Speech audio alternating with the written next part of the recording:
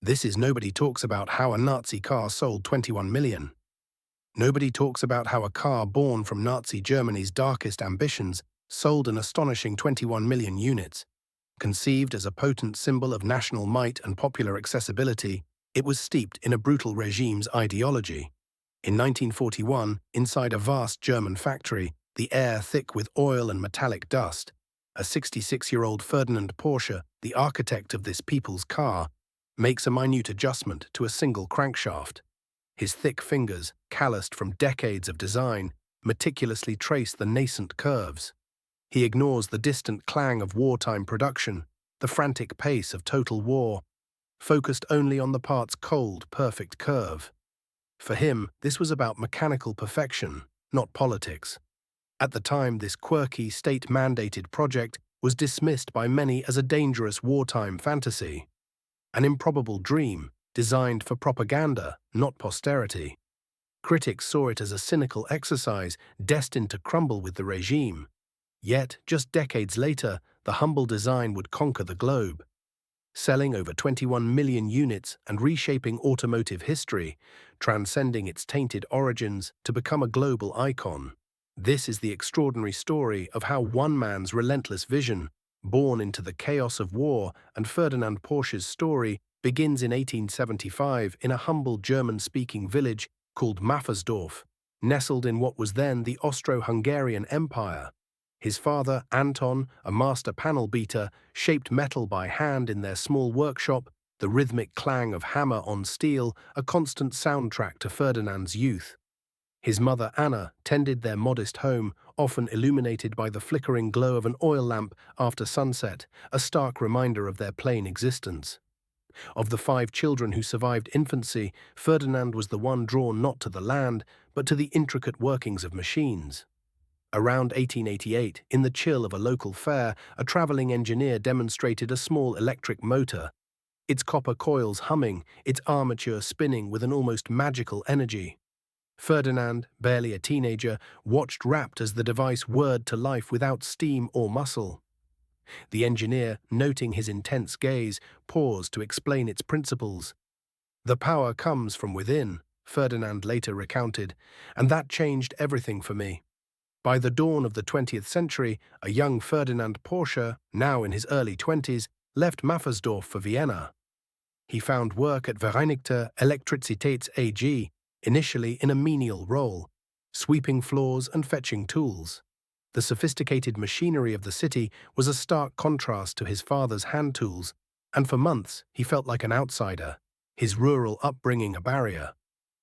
But his innate understanding of mechanics couldn't be hidden. He quickly caught the eye of his supervisor, Johann Steiner, a gruff but discerning foreman who noticed Ferdinand's habit of spending lunch breaks meticulously examining broken machinery. By 1896, though lacking formal education, Ferdinand's practical insights and tireless dedication propelled him from sweeping the workshops to a position as a test room assistant.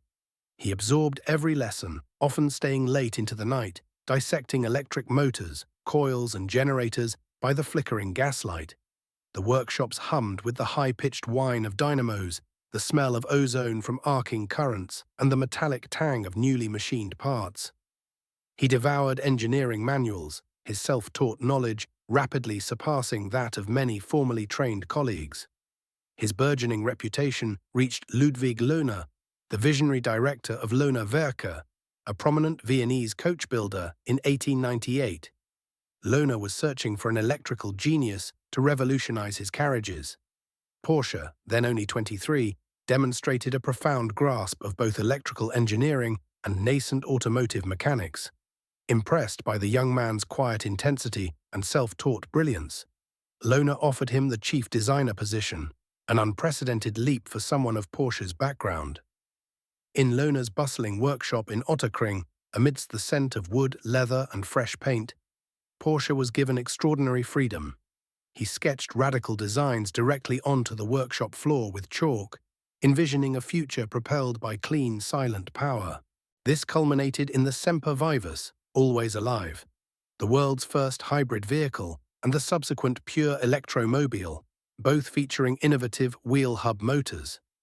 The prototype, tested on Vienna's cobbled streets in 1899, hummed with a strange new power, startling horses and captivating onlookers.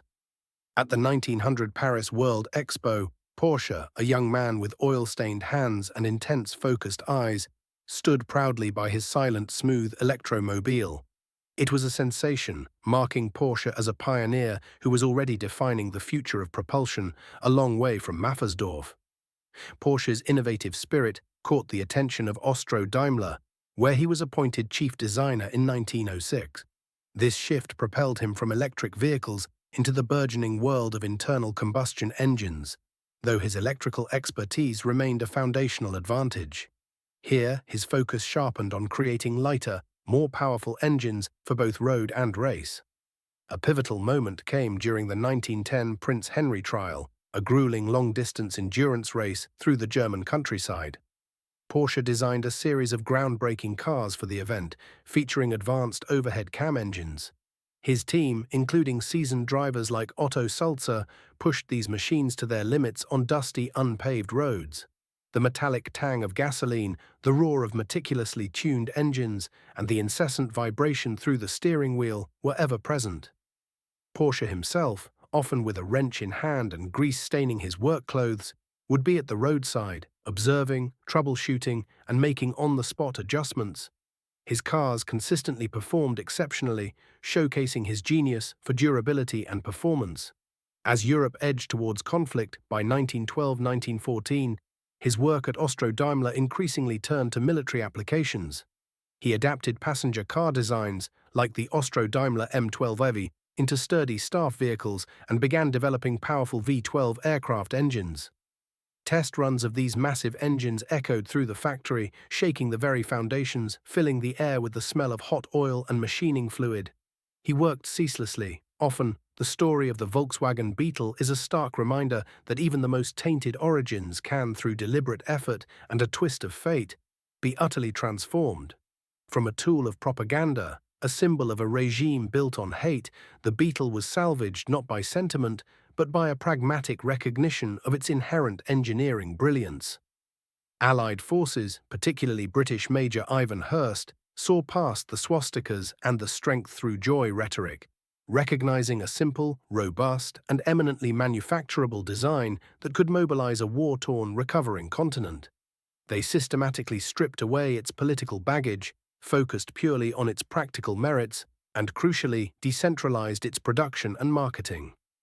This is how a car conceived by a dictator and built on a foundation of oppression went on to sell 21 million units. It was meticulously denazified, repurposed for civilian good, and embraced globally for its affordability and reliability. In doing so, they unleashed a phenomenon. This wasn't just a car, it became a global symbol of post-war recovery, of simple aspirations met, a machine that democratized mobility for millions across continents. It adapted, evolved, and found its way into every corner of the world, becoming an emblem of counterculture, practicality, and enduring design. Its colossal sales weren't a testament to its hateful birth, but to its remarkable rebirth and global adoption, proving its resilience far beyond its initial purpose.